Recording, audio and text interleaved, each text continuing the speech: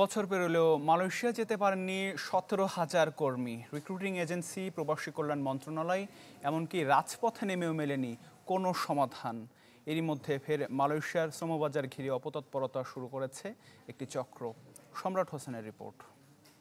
প্রতারিত হচ্ছি নিজের টাকা দিয়ে, ঋণ করে দিয়ে এবং লাভের রূপে টাকা সুদে এনে আমরা যে ভুক্তভোগী হচ্ছি। এখন আমাদের যে কোনো জায়গা আছে সেটাও নাই। কাজ করবেন মালয়েশিয়ার কারখানায়, বেতন পাবেন 50,000 টাকা, কিন্তু বিধিবাম হয়নি এসবের কিছুই।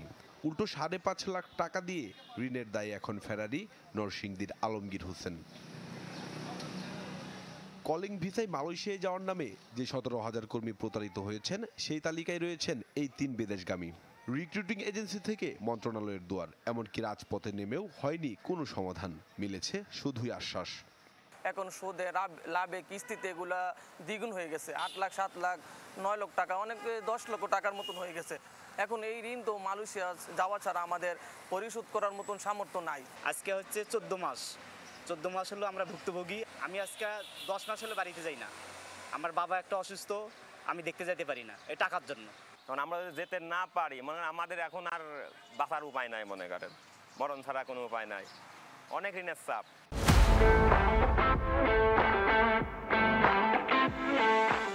কর্মী ভিসায় মালয়েশিয়ায় যেতে 79,000 টাকা নির্ধারিত হলেও বিদেশগামীদের কাছ থেকে আদায় করা হয় 5 থেকে 6 লাখ টাকা।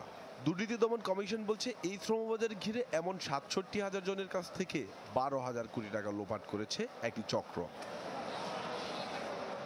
নামে বেনামে ফিরছে সিন্ডিকেট। তাই মালয়েশিয়ার শ্রমবাজার ঘিরে অপতৎপরতাকারীদের শাস্তি নিশ্চিতের উপর জোর দিলেন টিআইবি নির্বাহী পরিচালক।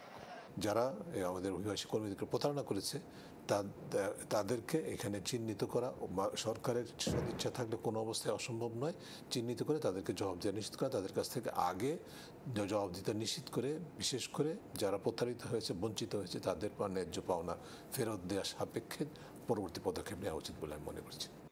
এই অভিবাসন বিশেষজ্ঞ বলছেন, 17,000 কর্মীকে অগ্রাধিকার দিয়ে এই শ্রমবাজার চালুতে অগ্রণী ভূমিকা রাখতে পারে সরকার।